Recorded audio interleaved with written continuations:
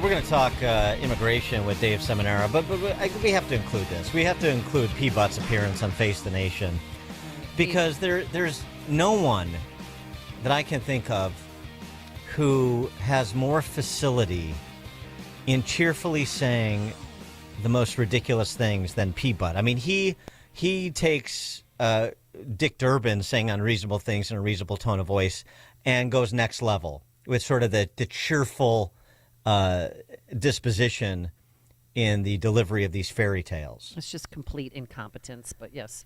Yeah, right. Play it for the people because they need to hear it. This is all, about the backdoor Green New Deal and transforming our economy, and then, of course, the climate change apocalypse. And you don't have, it's not even a discussion of energy policy, or it's a discussion of climatology. It's just a discussion of incompetence and bull jive. Bull jive that just pours from P-Butt's mouth. Even Margaret Brennan, a stalwart Democrat propagandist, couldn't keep a straight face during this exchange. The Federal Highway Administration says only 7 or 8 charging stations have been produced with a $7.5 billion investment that taxpayers made back in 2021. Why isn't that happening more quickly? So the president's goal is to have 500,000 chargers up by the end of this decade. Now, in order to do a charger, it's more than just plunking a small device into the ground. There's utility work, and this is also really a new category of federal investment. But we've been working with each of the 50 states. Every one of them is getting formula dollars to do this work, engaging them in the first handful, again, by 2030, 500,000 chargers. And the very first handful of chargers are now already being physically built. It's exciting. We already have 7 done. We just have 499,000 left. 993 to go. $7.5 billion. $5 billion is being distributed to the states to build 500,000 in the next 5.5 years. Okay. Sure.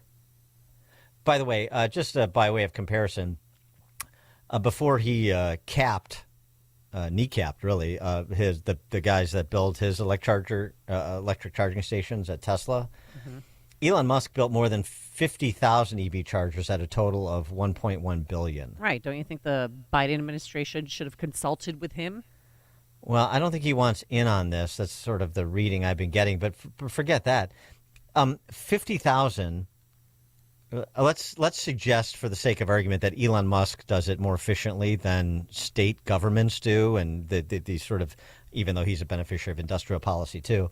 But 500,000, even if you could get that done after only having 7 done in the last almost 3 years, even if you could get the other the balance of the 500,000 done in the next 5.5 years, it took him $1 billion to produce 50,000. And you're saying you can do 500,000 for $7.5 billion? I challenge that. This is just wonderful. And then one more P-Butt hit from Face the Nation. This is on. Have you noticed a spike in turbulence on your flights? I have not, but no, but it's always the same. But that Singapore Airlines, incident. Now everybody's talking about turbulence again.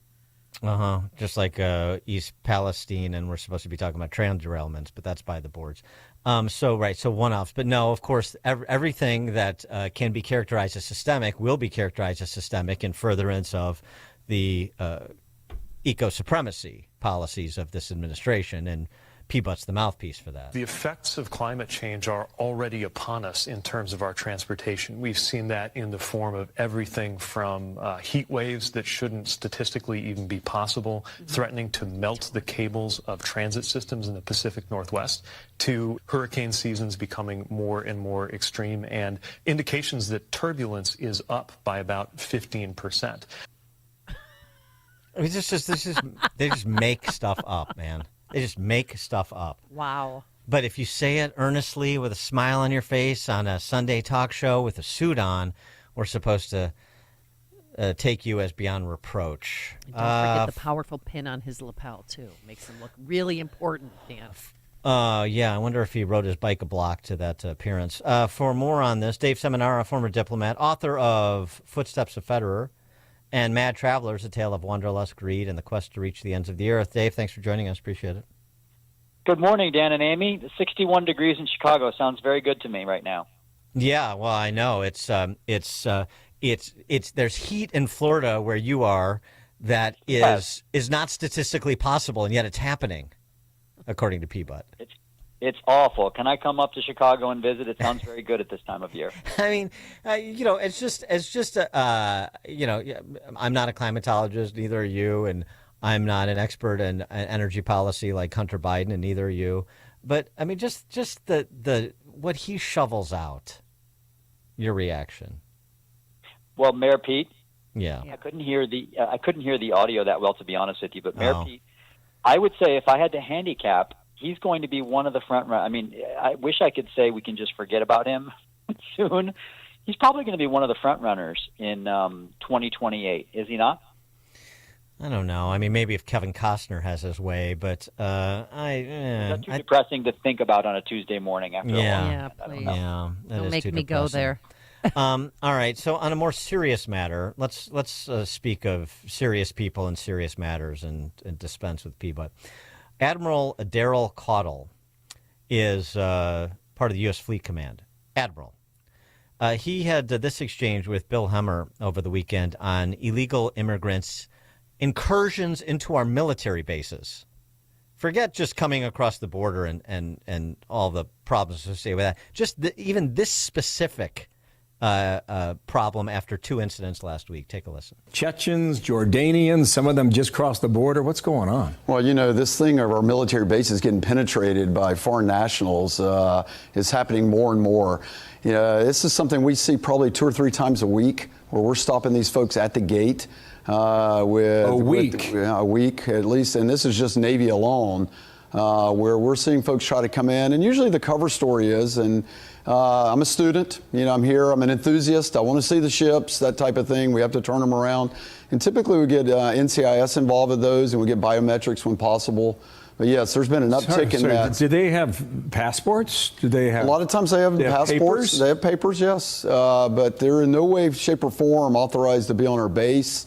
And it's really hard for us to tell the underlying motive for these type of cases. Wow, that's stunning. It is. It's got to be a concern. This is Russian, Chinese. It comes from all these different nations. We're seeing an uptick in it. In addition to that, there's been some reporting on this over the last 6 months. You're getting 2 or 3 drones flying over military bases in America per week. That is no question. That is no question. So, yeah, I'm a weapons system enthusiast, and I'd like to see what kind of hardware you have at the base. What do you say to that aspect of this story, Dave? I didn't catch. Was this guy active duty or is he retired? No, he's active duty. He's active duty, and he's admitting that. Wow, is he going to be fired? I mean, first of all, I'd be surprised that he gets away with that because you don't usually see that level of candor. Well, I think after what happened last week, some candor is warranted. Oh, it's certainly warranted, and it's refreshing, but I'm just surprised to hear it, I think, the bottom line about this kind of thing that people don't realize is this whole idea of, liberals always say people being vetted or unvetted or whatever.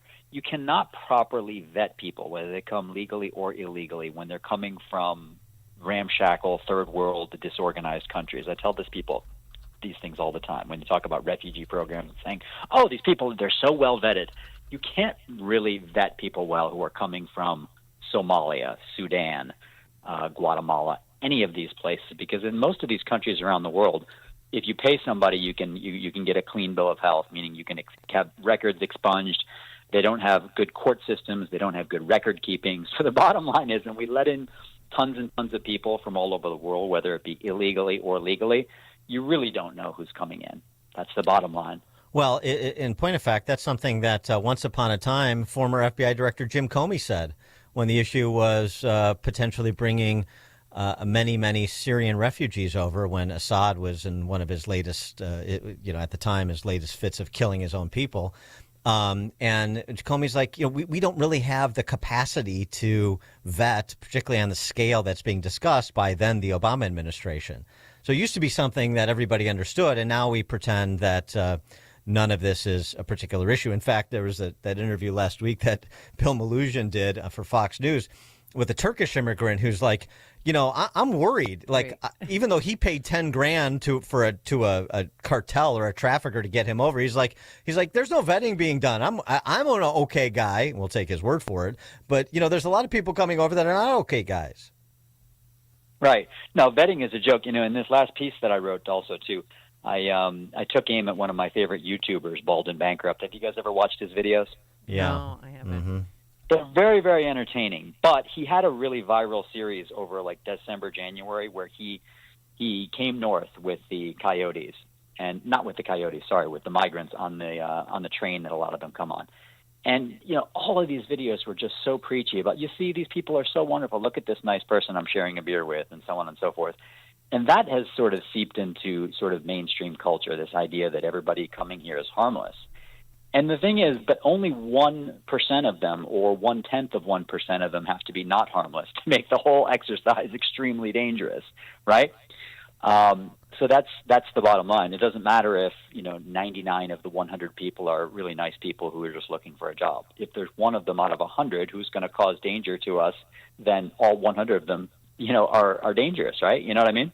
Yeah, just ask Laken Riley's family. Yeah, and many, many others, which the media completely ignore in most cases. Yeah, but why is Biden letting this happen?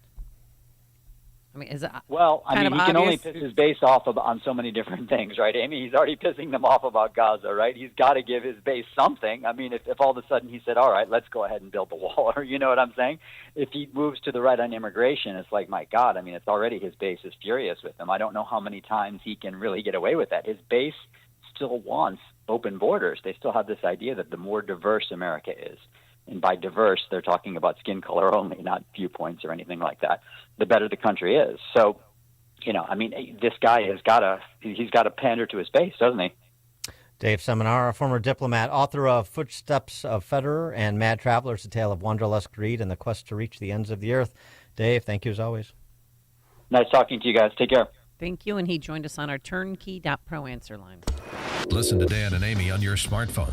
Download the AM560 mobile app today at 560theanswer.com/mobile. Wesley Financial Group is not a law firm. Everyone knows the old saying, nothing lasts forever. Well, whoever said that obviously never bought a timeshare. Not only do your maintenance fees and assessment fees go on forever, they go up forever. I'm Chuck McDowell, founder of Wesley Financial Group. Over 10 years ago, I was a timeshare salesman. But once I saw the dark side of the business, I quit. I started helping folks get out of their timeshares. Since then, we've helped over 30,000 families by getting them out of bad timeshares. If your timeshare agreement goes on forever,